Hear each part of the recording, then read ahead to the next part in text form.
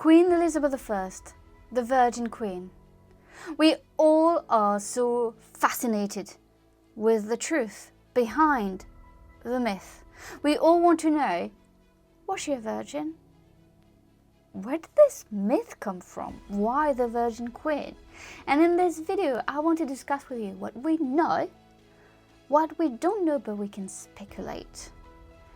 What were the gossips at court and beyond?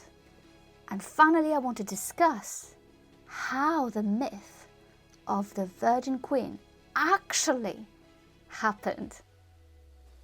It is not surprising that we're all fascinated with Elizabeth's, virginity, because she's known as the woman who refused to marry for 44 years and who ruled on her own. So obviously, she's kind of an anomaly in the system.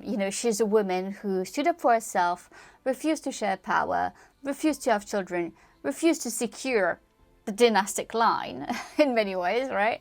So she is an enigma, and behind it we have this myth, this title, iconic title of the Virgin Queen.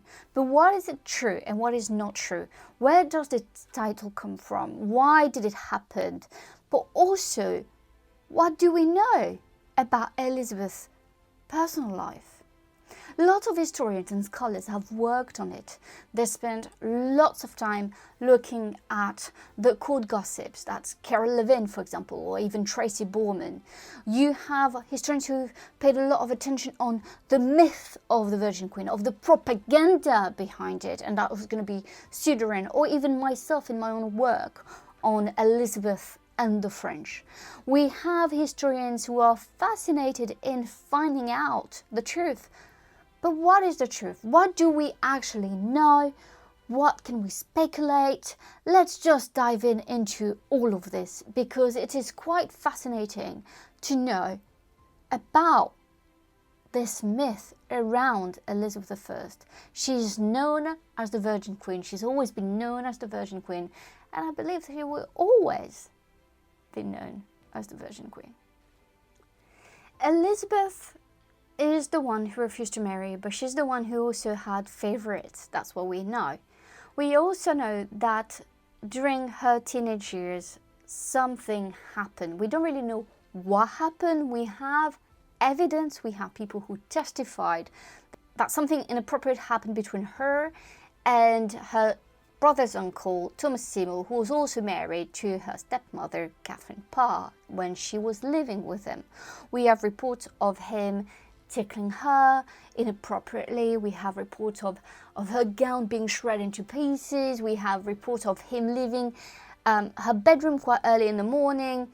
So gossips went really high, and obviously it was very important because Thomas Seymour was the uncle to Edward VI, and he was the younger brother of Edward Seymour, who was Lord Protector. And obviously by seeking the interest, or maybe the hand of Princess Elizabeth, it meant that in many ways he was committing treason. He was trying to plot. You could see that. It was used as a political move against him, using that against him as a way of putting all of this into the political light, into the social life, into the public life. And we don't really know. We will never really know what happened. What we know is that Elizabeth sent a letter when she was finally removed from the house. She went to Anthony Dennis' house, and she asked to ensure that he could no longer be near her. It shows that Elizabeth felt very uncomfortable with Thomas Seymour's interest in her, and though that it might have been used politically against him, that's something else. I know that some authors and researchers are working on that at the moment, and I cannot wait for their findings. For now, we know that there was something very inappropriate that happened, and we know that Thomas Seymour cannot be fully innocent of his actions. So even if you say, yeah, but the servants were maybe paid or bribed to talk against him, I think there are too many evidence that something inappropriate happened between Elizabeth and him for us to completely dismiss it and just say, oh, it was just a plot against him. So that's my view. Now, if we push it a bit further, and if we say that something actually sexual happened, you know, when we talk about the Virgin Queen, when we talk about virginity, if we agree that something happened physically, sexually, which it's what I believe, because I think it would explain so much more into Elizabeth's character and the way she approached relationships and love and marriage later on in her life. And people can disagree with me, but I think it really played an important role. So if we agree that there's something physical and sexual, though we can never know, right? If there was something inappropriate happening between her and Thomas Seymour physically, however you want to call this, then it means that probably she was no longer a virgin. And so I think we have to separate the Virgin Queen, the title, the propaganda, and Elizabeth, female, personal body, because I think it's two different things. I think it's two, and I'm going to try to explain you why. A lot of discussions took place at court and beyond discussing Elizabeth's virginity. Did she or did she have no lovers? And I think it's something that all ambassadors, Spanish, French, Venetian, anyone who was at the Tudor court really wanted to know. They wanted to know the truth, and they had spies. And I think that's where it gets very, very interesting. And I think that's where the line between the truth and the scandals and gossips is very, very thin. Because can you really believe, you know, someone who spies for you? Or are they trying to tell you something you want to hear, or that you want to believe? I think that, you know, there's so many layers, and we know that even in our society, you know, there are rumors about people. Should we really believe all the rumors? At the same time, people will tell you that, you know, for a rumor to happen, there needs to be something, there needs to be a bit of substance. So I think it's the same with Elizabeth I. But here what's also very interesting is that if you look at the royal doctors, I think this is where we can get a very good glimpse into Elizabeth's health, and then, you know, where we can discuss maybe her virginity. And there's an excellent book that I highly recommend, The Royal Doctors, 1485-1714, Medical Personnel at the Tudor Institute, called Elizabeth Lane Furdle. And this is a very, very good book. This is something that will give you a glimpse of the men who attended Elizabeth. There's a chapter on Elizabeth, attended Elizabeth, and what they were saying, which is also very interesting. It's like she doesn't really discuss in detail. She discusses who they were, and she doesn't really discuss what they were saying about the Queen, apart from some glimpses here and there. But there are some interesting things there. Her Bailey, for example, the physician who was, his patron was Robert Dudley.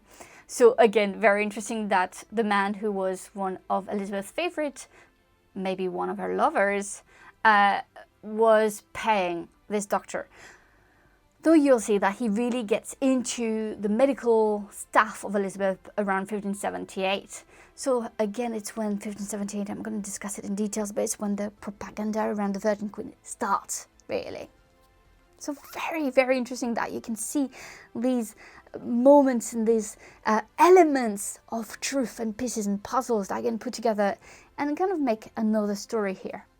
You have other men like Robert Jacob, who was a midwife physician or a man midwife, and he was recruited at Elizabeth's court, and very interesting because he was known as being like, his specialty was being a gynecologist, but he was really interested in the problems around it. So here we had someone who had a fascination with the female body, who had a fascination with, you know, these type of things. And so again, why would you want someone very specialized in it if you don't think there's a problem? And there are lots of reports about doctors saying that Elizabeth is very frail, very, like, her frame is frail, weak. She's very thin. She's getting thinner and thinner. as she grows old. And even you have by 1559, so very early on in her reign, she's, 25, 26. And you have the Spanish ambassador de Feria, who said, like, he believed, like, he almost, like, kind of get the idea that he had a discussion with someone who knew the medical stuff, basically. And he said, I believe she cannot bear children. Why is it so important? It is so important because for Elizabeth, she said in so many speeches, the only reason why I would get married is to have children to secure the line. Now, if we believe that line, if we believe that maybe a doctor told her, well, maybe it's not something that you can do physically, then it would explain why Elizabeth played these games of like marriage negotiations for years with kind of so many men and never give them satisfactions, because it helped her do foreign policy, diplomacy, make an interest, make sure that England is at peace without compromising herself and without compromising her power. So I think it's so fascinating if you look at what the royal doctors were actually saying and where are these records, what are they actually saying, and that's where we'll get closer to having more, pieces of the puzzle and try to understand the Virgin Queen. Well, I tell you that, the doctors, they were ambassadors who really didn't believe that Elizabeth could have children.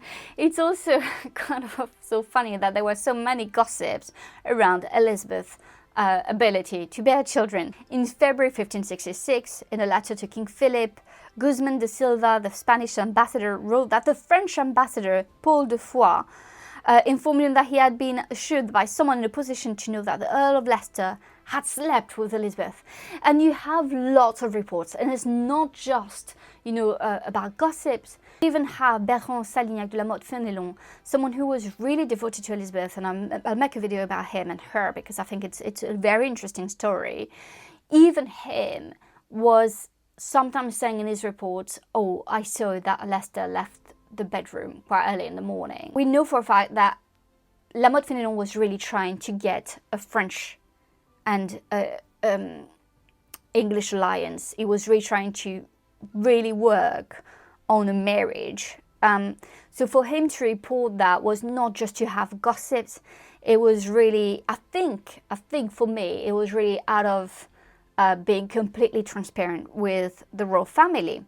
Now you can wonder what they were doing until 4 a.m. Could they really play chess all night? I don't know, you decide. All I'm saying is that we have many reports from different ambassadors saying the same thing, the closeness between Leicester and Elizabeth. And then that's why it gets very interesting, because as I said, this Dr.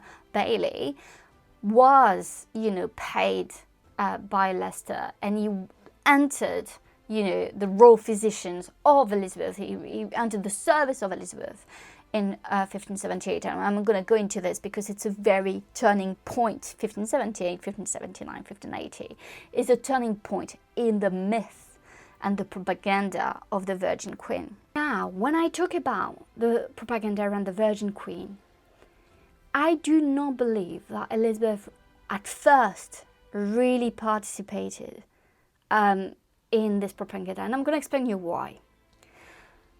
For Elizabeth, when you look at Elizabeth's reign, obviously there's this image of her like being a virgin, right? But the Virgin Queen means that she's the woman that you cannot touch. She's the woman that is pure. She's the woman that is, kind of untouchable. The idea of virginity for women was something you would expect for any, especially royal women. That's why we have so many problems with Catherine Howard, and, I made a video on her, so please check this out. So for Elizabeth, obviously, she was reported as a virgin, though we can discuss it, as I said, because of what happened during her teenage years with Thomas Seymour. So was she or not a virgin? Technically, it's very hard to say. But to be fair, you could be physically forced into doing some things and still be a virgin. Like, it doesn't mean there was no abuse, right? So here, let's leave it for now. She was a virgin. Obviously, everyone wanted to marry a virgin. The French princes or kings wanted to marry a virgin. You know, it was the same with, you know, all her suitors. So she played that role. Obviously, it was something very important for her. But by 1578, 79, 80 is the end of the marriage negotiation with the Duke of Anjou. But what's very interesting is that I tell you it's the end of it. But at the same time, it's when they get so close to do it, in 1579 and in 1581. In 1579 and 1581, the Duke of Anjou, Francis, the frog of Elizabeth, came to London twice to be with her. We have reports and records of them being very, very close. It's all in my book, Blood, Fire and Gold. It's very true. They were very, I believe that they had, at the very least, a very good friendship. I think that she liked him as a person. I think they did get on really well. He knew how to, I think he was very smart in terms of like how to make her feel liked for who she was, because it was something very important for her. She wanted to be loved for the woman she was, not the queen. So I think he managed that really, really well. But what's also so interesting is the fact that during those 2 times, it's where they get very close. She gave him a ring as a promise to marry him. She declared one evening she will marry him for sure. The next morning she refused it. And he get very, very angry at some point, and he threatened her to show her private letters, where maybe she did promise a marriage, maybe where she confided in him. I don't really, he never, you know, shared the letter, so we will never know. But there was a tension here. And at the same time, it's when the English public opinion went really against the marriage. So before, they still wanted, you know, the parliament, the privy council, everyone really wanted Elizabeth to marry for such a long time. They put so much pressure on her. She was so annoyed so many times that, you know, she turned them down so many times. But now that it was maybe about to happen, they were going to do everything to shut it down. And we have John Stubbs' pamphlet that basically said, and he was going to lose his hand over this, because he basically said that, you know, she was basically this pure woman, the virgin woman, the virgin queen, and she was going to be basically corrupted by this French prince. And as a defense of Francis and a defense of herself, like being this weak woman, he's going to be arrested and he's going to have to lose his right hand. So right hand. But very interestingly, that's when the propaganda around the Virgin Queen happened, where there's this idea that Elizabeth cannot marry because she's the Virgin Queen. The Virgin Queen, like the Virgin Mary. She's the mother of the nation. She's the Virgin Elizabeth. She's the Virgin Queen. And she's the mother of the nation. And it's where it all comes together. So did Elizabeth mention that in her speeches before? Of course she did. Mary I did before her. She said she was the mother of her country. Elizabeth just kind of followed the steps of her sister on this, which was such a clever way to do it, because obviously you want to relate and to connect with your people. But here we really have Elizabeth being kind of played by her own people who are shutting down her last chance of marriage. Maybe she didn't want, maybe she was still playing with Francis. But whatever happens, because this propaganda took place, that really put an end to Elizabeth. And then I think she embraced it. And then you can see that in 1580s, 1590s, it's when you have obviously Gloriana after the victory in 1588 against the Spanish Armada, but you also have this fairy queen, you know, you also have this virgin queen. Massively strong propaganda that happened from the 1580s, at the end of the 1570s, 1580s, early 1580s. And that takes place during, you know, until the end of her reign. So here, being a virgin or being the Virgin Queen, you know, Elizabeth, we will never know. Was she truly a virgin? We can't know. We can't know without looking at the royal doctors' reports. But did they really, like, obviously they were going to say she was. Some people believe that there were some problems with her. Why would she have a gynecologist, you know, specialized in problems around this area? Maybe she was concerned, maybe, you know, and there's so much kind of secrecy around this. And this secrecy is also led because of the propaganda and the myth around the Virgin Queen that she so need to be able to rule for another 20 years plus. So when you think of Elizabeth I, you know, and you think of the Virgin Queen, I want you to reflect as well on Elizabeth as a woman who in many ways, you know, had to overcome the patriarchal expectations, who had to overcome what was expected of her as a queen as well. Alright, that is it for me. I hope you enjoyed this video and that you will watch my next video on Anne Boleyn and her youth. This summer it's about these two queens and also about the French woman who lived and the French queen who lived at the same time. So a lot of raw content for you over the summer that I hope you'll enjoy. Thank you so much for watching. Don't forget to watch maybe my playlist on Once Upon a Woman, and don't forget to subscribe. It means so much to me. Thank you for your support. Bye.